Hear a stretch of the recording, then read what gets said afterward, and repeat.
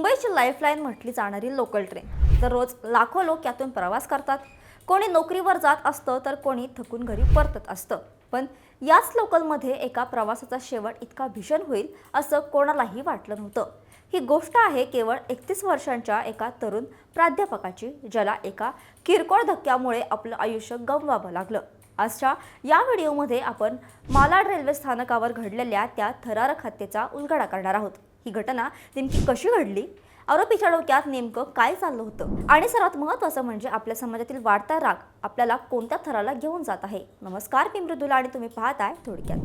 शनिवारची संध्याकाळ होती. विलेपार्ले येथील नामांकित NM महाविद्यालयातील गणिताचे प्राध्यापक आलोक कुमार सिंह हे नेहमीप्रमाणे आपलं काम संपवून घरी जाण्यासाठी निघाले होते. विलेपार्ले स्थानकातून त्यांनी चर्चगेट बोरिवली लोकल पकडली.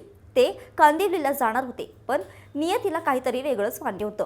गाडी मालाड स्थानकाच्या प्लॅटफॉर्म क्रमांक 1 वर पोहोचली. लोकलमध्ये नेहमीसारखीच गर्दी होती. उतरण्याच्या घाईत आलोक सिंह यांचा धक्का एका तरुणाला लागला.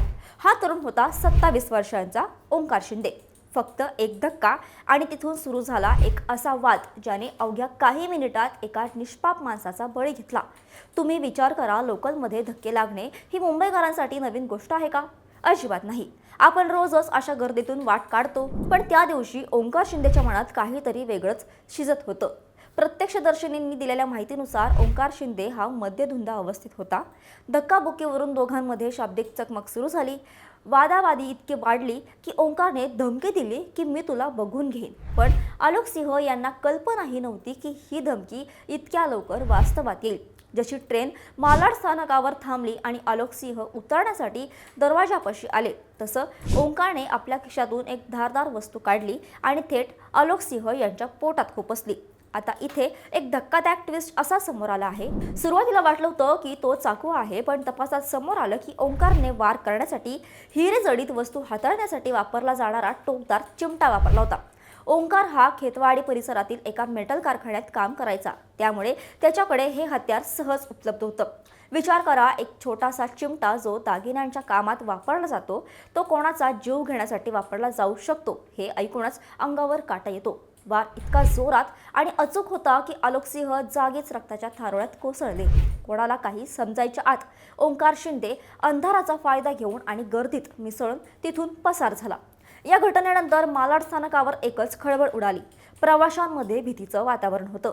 रेल्वे पोलिसांच्या कार्यक्षमतेवर प्रश्नचिन्ह उपस्थित झालं होतं. पण बोरिवली लोहमार्ग पोलिसांनी तातडीने तपासाची चक्र फिरवली. त्यांनी स्थानकातील सर्व CCTV फुटेज तपासले.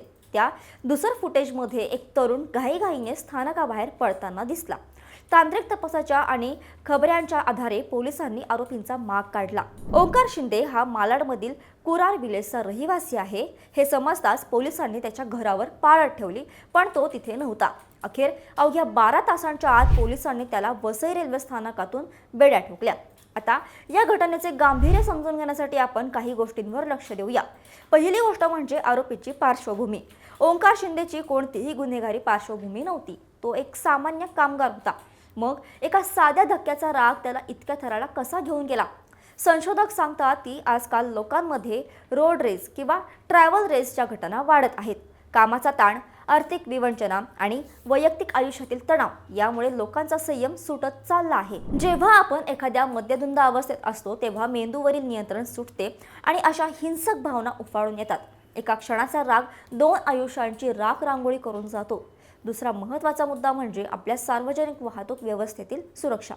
मुंबई लोकलमध्ये दररोज कोट्यवधी लोक प्रवास करतात, पण प्रत्येक डब्यात किंवा प्लॅटफॉर्मवर आपली सुरक्षा किती आहे? CCTV फुटेज असूनही अशा घटना घडतात ही चिंतेची बाब आहे. पोलिसांनी ओंकारला पकडलं हे कौतुकास्पद आहे, पण अशा घटना घडूच नयेत यासाठी काय उपाययोजना केल्या पाहिजेत? लोकांमध्ये कायद्याचा धाक का उरलेला नाही यावर आपण सर्वांनी विचार करण्याची गरज आहे. आलोक सिंह हे एक हुशार प्राध्यापक होते. त्यांच्या निधनामुळे त्यांच्या कुटुंबाचं आणि विद्यार्थी विश्वाचं कधीही भरून न येणारं नुकसान झालं आहे. आता या प्रकरणातील सर्वात महत्त्वाचे अपडेट म्हणजे आरोपी ओंकार शिंदेला बोरिवली रेल्वे पोलिसांनी न्यायालयात हजर केलं आहे. पोलिसांनी न्यायालयात सांगितलं आहे की हा हल्ला किती पूर्वनियोजित होता की तो केवळ रागाच्या भरात झाला याचा तपास करणं गरजेचं आहे। तसेच ज्या शस्त्राने म्हणजेच चिमट्याने वार केला ते हस्तगत करण्यासाठी आणि गुन्ह्याचा घटनाक्रम पुन्हा उभा करण्यासाठी आरोपीची पोलीस कोठडी मागण्यात आली आहे। न्यायालयाने दोन बाजू ऐकून घेतल्यानंतर आरोपीला पोलीस कोठडी सुनावली आहे। पोलीस तपासात एक धक्कादायक गोष्ट समोर आली आहे की आरोपी ओंकार हा हिरे उद्योगात काम करणारा मजूर आहे। त्याच्याकडे असलेला चिमटा हा दागिने पकडण्यासाठी वापरला जातो, जो अत्यंत टोकदार असतो। पोलिसांनी या घटनेचा छडा लावण्यासाठी तांत्रिक पुराव्यांचा आधार घेतला आहे। आलोक सिंह यांच्या जाण्याने विद्यार्थ्यांमध्ये संतापाची लाट आहे। एक शिक्षक जो देशाचं भविष्य घडवत होता त्याचा बळी एका माथेफिरूच्या रागाने घेतला। या घटनेने काही गंभीर प्रश्न उपस्थित केले आहेत। पहिली गोष्ट म्हणजे रेल्वे प्लॅटफॉर्मवर प्रवाशांची सुरक्षा। दुसरी गोष्ट म्हणजे लोकांमध्ये वाढलेली गुन्हेगारी प्रवृत्ती। कोर्टाच्या या कारवाईनंतर आता ओंकार शिंदेला कठोर शिक्षा होणार का? हा खटला फास्ट ट्रॅक कोर्टात चालवला जाणार का? याकडे सर्वांचं लक्ष लागलं आहे। या संपूर्ण प्रकरणातून आपल्याला काय शिकायला मिळतं? आयुष्यात आपण अनेकदा छोट्या छोट्या गोष्टींवरून चिडतो। लोकलमध्ये जागा मिळण्यावरून, कोणाचा तरी पाय लागल्यावरून किंवा धक्क्यावरून आपण वाद घालतो। पण लक्षात ठेवा, समोरचा माणूस कोणत्या मानसिक परिस्थितीत आहे हे आपल्याला माहीत नसतं। आपला एक क्षणाचा अहंकार किंवा राग एखाद्याच्या जीवावर बेतू शकतो आणि आपल्याला आयुष्यभर तुरुंगात सडवू शकतो।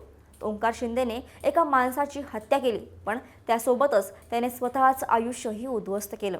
आपण ज्या समाजात राहतो तिथे संवाद आणि संयम कमी होत चालला आहे का?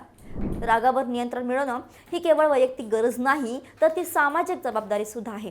जर त्या दिवशी ओंकारने किंवा आलोक सिंह यांनी त्या वादाकडे दुर्लक्ष केलं असतं किंवा माफ केलं असतं तर आज परिस्थिती वेगळी असती।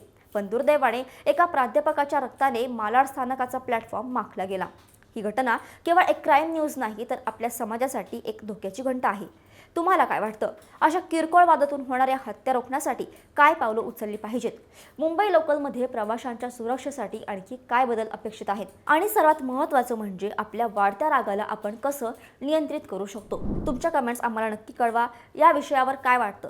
जर तुम्हाला हा व्हिडिओ माहितीपूर्ण वाटला असेल तर हा इतरांना सुद्धा शेअर करा आणि अशाच महत्त्वाच्या अपडेट्ससाठी थोडक्यातला फॉलो आणि सबस्क्राईब करायला विसरू नका।